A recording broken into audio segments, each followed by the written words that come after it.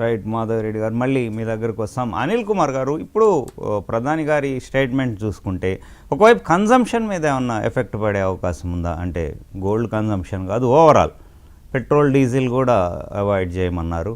So ఎట్లా ఆల్టర్నేట్స్కి ఏమన్నా demand పెరిగే ఛాన్సెస్ ఉన్నాయా? ఇప్పుడు ప్లాటినం చూసుకుంటే సార్ గోల్డ్ కన్నా తక్కువగా ఉంది.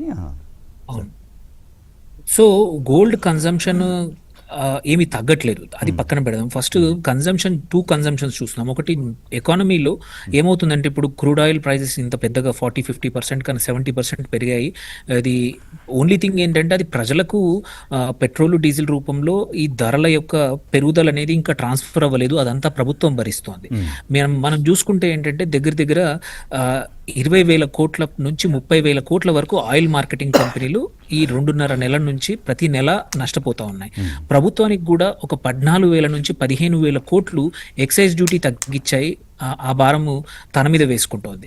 సో ఇది కొన్ని రోజులు జరుగుతూ ఉంది. ఎప్పుడు ఈ పెట్రోల్ డీజిల్ ప్రైజులు కానీ మళ్ళీ కొంచెం కానీ ప్రభుత్వం పెంచితే, ఆల్రెడీ ఇన్ఫ్లేషన్ పెరిగిపోయింది. ఎందుకంటే మనకు పెరగట్లేదు కానీ పెట్రోలియం ఉత్పత్తుల వల్ల చాలా ఇండస్ట్రీస్కి అది స్టార్టింగ్ మెటీరియల్. పెట్రోలియం ఉత్పత్తులు, కెమికల్స్ కానీ అవి పెరిగిపోయాయి. ఈవెన్ ఎఫ్ఎంసీజీ ప్రోడక్ట్స్లో, సబ్బుల్లో, షాంపూల్లో చాలా మటుకు పెట్రోకెమికల్స్ వాడుతూ ఉంటారు, వాటి డెరివేటివ్స్ వాడుతూ ఉంటారు.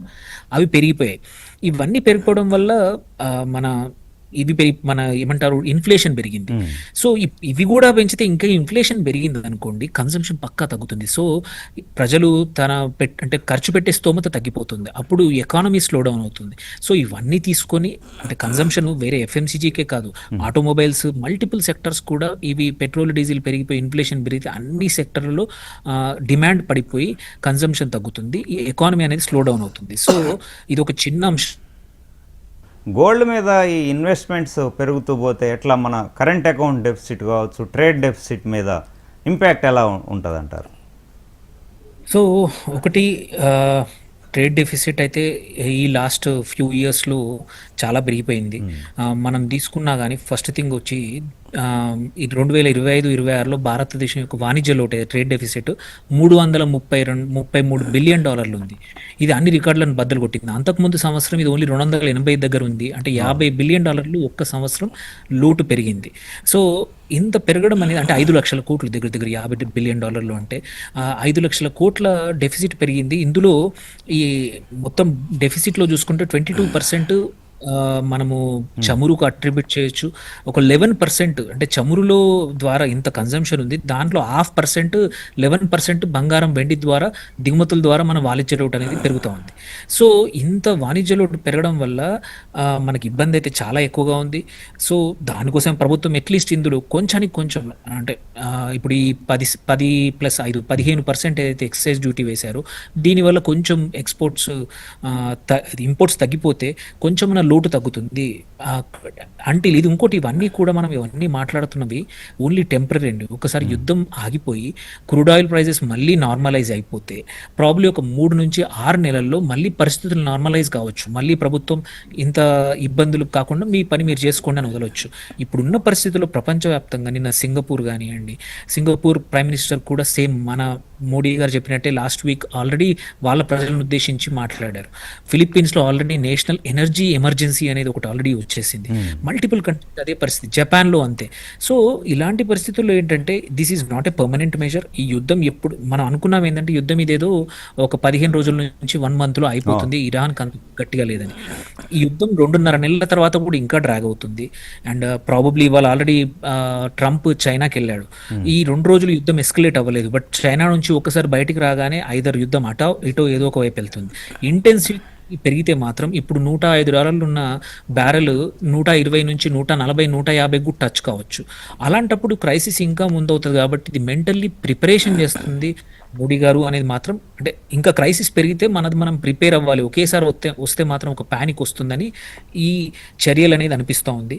అండ్ ప్రైజెస్ పెంచే ముందు ఇంకొకటి ఏంటంటే, డీజిల్, పెట్రోలు ప్రైజులు ఎందుకు పెంచుతున్నామనే డిస్కషన్ ప్రజల్లో రావాలి, అందరికీ చేయాలని చెప్పి ముందు ఇది అనౌన్స్మెంట్ చేసినట్టున్నారు. సో ఈ వాణిజ్య లోటు మాత్రం చాలా హ్యూజ్ ఉంది, అది ఒక్క రోజులో సాల్వ్ అయ్యేది కాదు.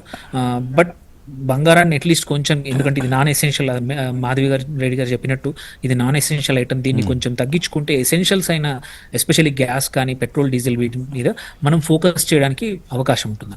రైట్ సార్, ఇప్పుడు పెట్రో బాంబ్ పేలే అవకాశం ఉందంటారా? అంటే ఆ ధరలు మళ్ళీ పెంచే పరిస్థితి ఉందా? దానికి సిగ్నల్స్ అనుకోవచ్చు అంటారా? ఇట్లా పెట్రోల్ డీజిల్ మీద ఒక 4 రూపీస్ వరకు పర్ లీటర్ పెంచే అవకాశం ఉందని వార్తలు వస్తున్నాయి సార్. ఎట్లా, మీరేమంటారు? తప్పకుండా పెంచకపోతే చాలా ఇబ్బంది అవుతుంది. ఎందుకంటే నేను చెప్పినట్టు ఆయిల్ మార్కెటింగ్ కంపెనీలు ఆల్రెడీ చాలా ఇబ్బందుల్లో ఉన్నాయి. ఇది ప్రైస్ ఇప్పుడు ఈ రికవరీస్, అండర్ రికవరీస్ అంటాం. సో అండర్ రికవరీస్ ప్రభుత్వం కూడా ఒక బియాండ్ భరించలేదు. మనం ఆల్రెడీ ఫిజికల్ డెఫిసిట్ ఏదైతే ఉందో 4 కన్నా కింద చేస్తారని ఈసారి బడ్జెట్లో చెప్పారు. బట్ ఈ ఇబ్బంది వల్ల, ఈ క్రూడ్ ఆయిల్ ప్రైసెస్ ఇంత పెరగడం వల్ల ఫిజికల్ డెఫిసిట్ మళ్ళీ 5% వెళ్ళే అవకాశం ఉంది. అది కానీ వెళ్ళిందంటే ప్రభుత్వానికి కాస్ట్ ఆఫ్ మనీ, అంటే వాళ్ళు ప్రభుత్వం తెచ్చుకునే అప్పు యొక్క కాస్ట్, ఇంట్రెస్ట్ పెరిగిపోతే మన సంక్షేమ పథకాలు, వేరే ఏవైతే సబ్సిడీలు ఉన్నాయో వాటి మీద ఎఫెక్ట్ అవుతుంది. సో అందుకోసమే రేట్లు పెంచేసి అట్లీస్ట్ కొంచెం, ప్రాబబ్లీ ఒకేసారి 15-20 రూపాయలు పెంచకపోవచ్చు, కొంచెం కొంచెం పెంచొచ్చు.